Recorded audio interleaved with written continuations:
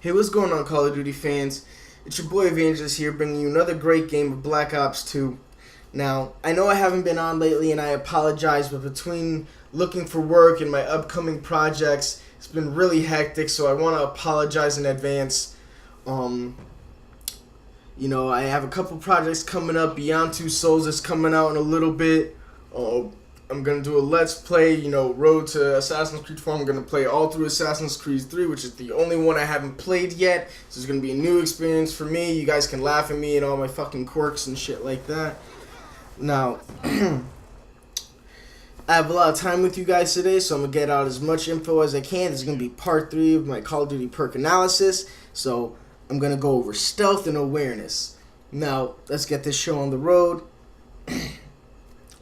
Number 1 perk, it's going to cost us 1 point, it's going to be Takedown. Now this is a new perk that they've just invented, and it's really interesting how this is going to work. For the simple fact that it's going to take away one of the 3 visual cues players have to finding opponents.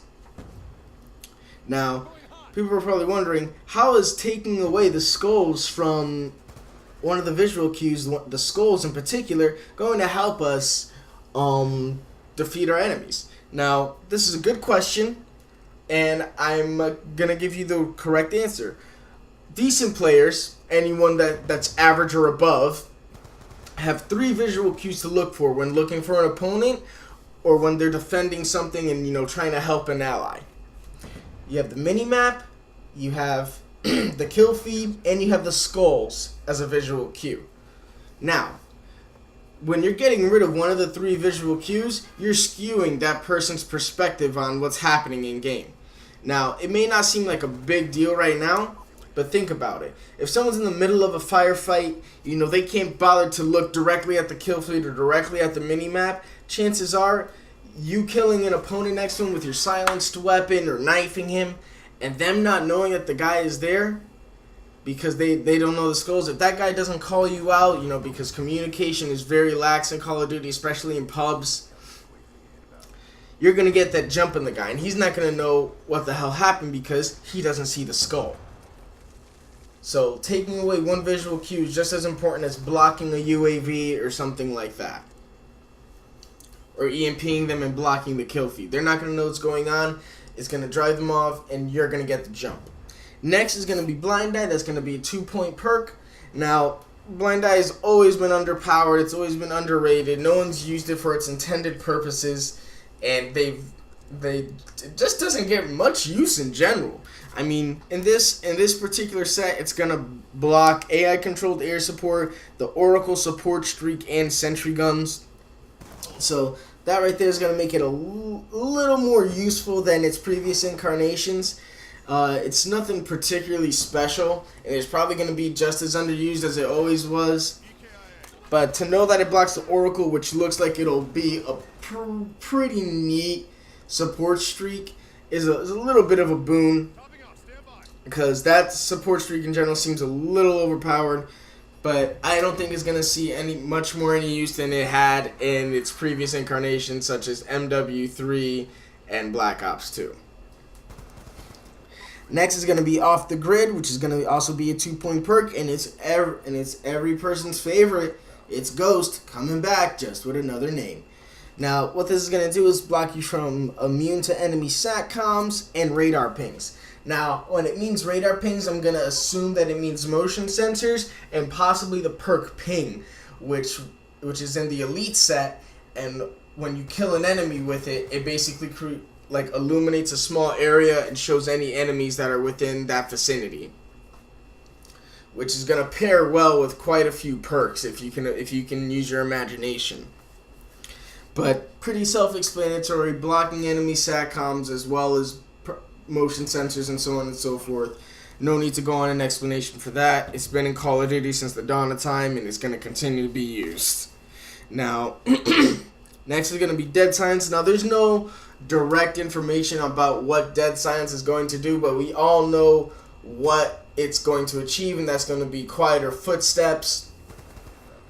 And what that's going to do is pretty much make you harder to track. No more try to make you sound horror. Now I'm hoping that incarnation follows in the Modern Warfare series, and I hope it makes you completely silent, because sound hoarding is really prevalent in recent Call of Duty games, and I'm hoping that it grants you complete silence, not just like a ×3 silence multiplier, or your footsteps are 3 times have 3 times of the amount of less sound produced, because people with like really good headsets will still hear you, and you'll still be found.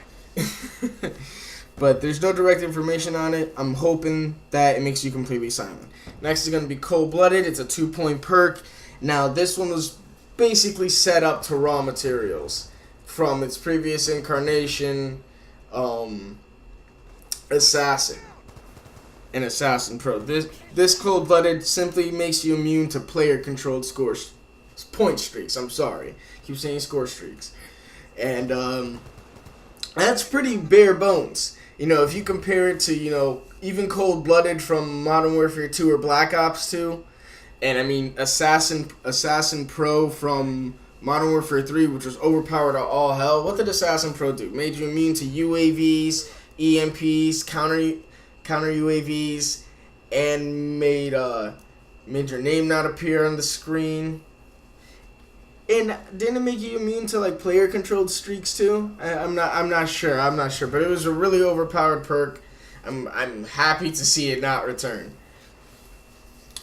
Now, next is going to be the awareness set. First one is coming back from Modern Warfare 3. It's a 1-point perk. It's called Recon. Pretty sure you know it's gonna be raining flashbangs all day, baby. You know how it is.